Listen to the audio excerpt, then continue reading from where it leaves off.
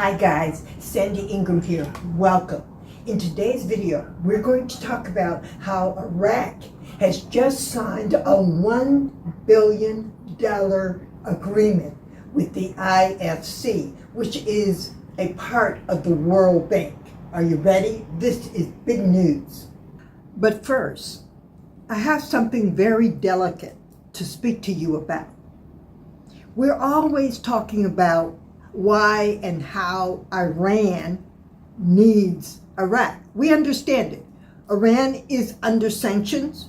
In some cases, they need more food and other supplies, everyday living supplies. So we understand their need to stay close or try to stay close to Iraq. But what we've never really ever discussed before is why Iraq continues on the sly, sometimes above board, to stay very close to.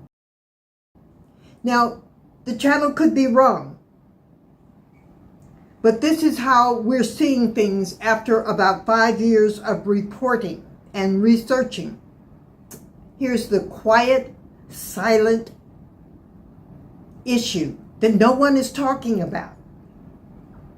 There are 500,000 to 1.5 million, they're not sure how many, Afro-Muslims in southern Iraq who connect to over 437 million Muslims in Africa, who also connect to around 1.2 million Black Muslims in the United States.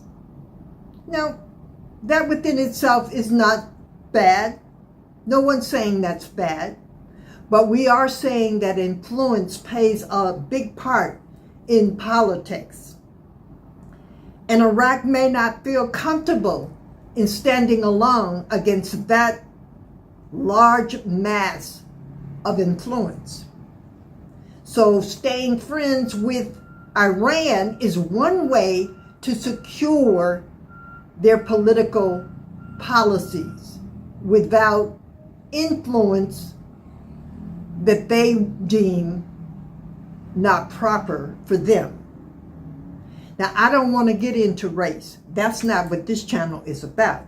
This channel is about money. If this channel had a color, it would be green. We don't do race here.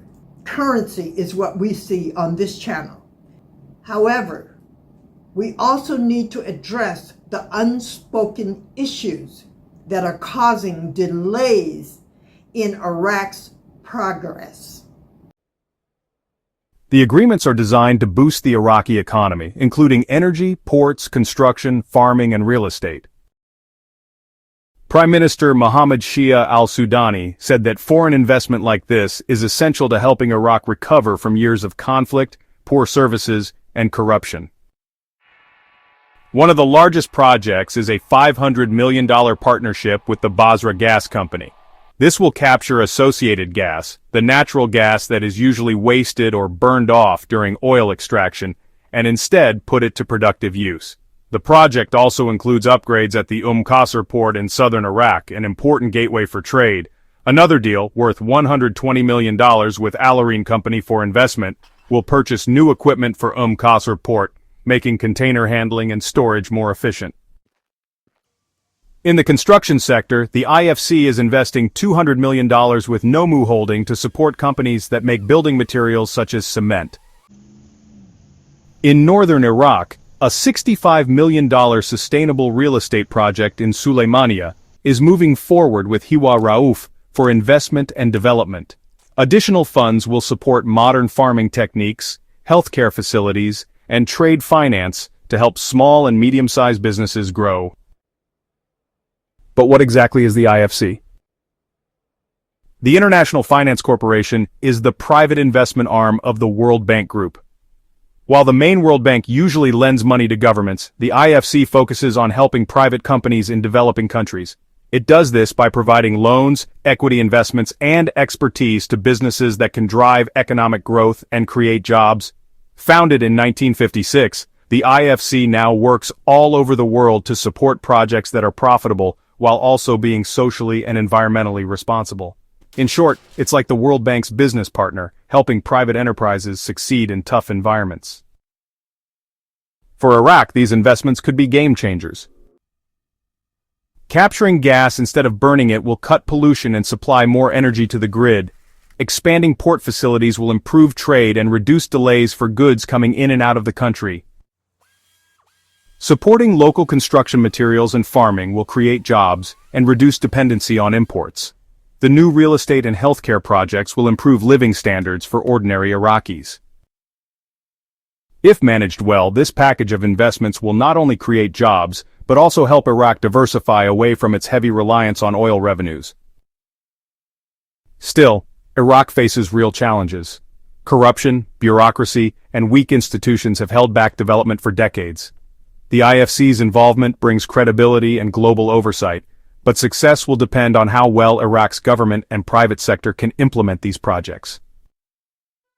If progress continues, the $1 billion in deals could mark a turning point in Iraq's economic recovery and open the door to even more foreign investment in the future.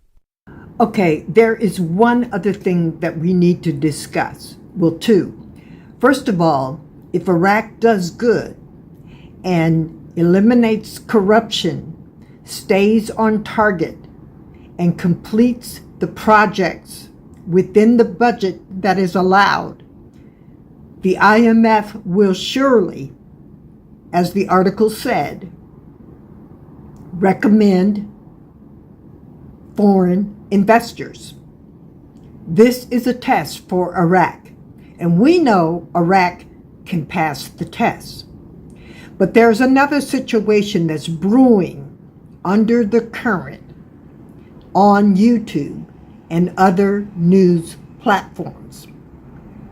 And the reason why this information is at the end of the video is because I must admit to you that I do not fully understand what the White House is up to.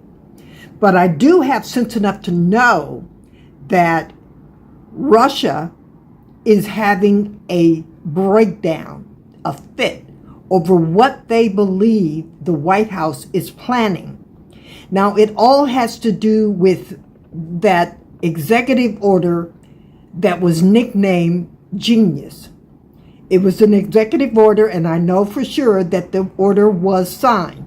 And the executive order has to do with stable coins. President Trump had a plan to fix our country's debt crisis, and it failed, and then he came up with a new plan. So in today's video, I'm going to tell you what happened, because probably 99% of Americans don't know what's going on. I'm going to explain to you the new plan.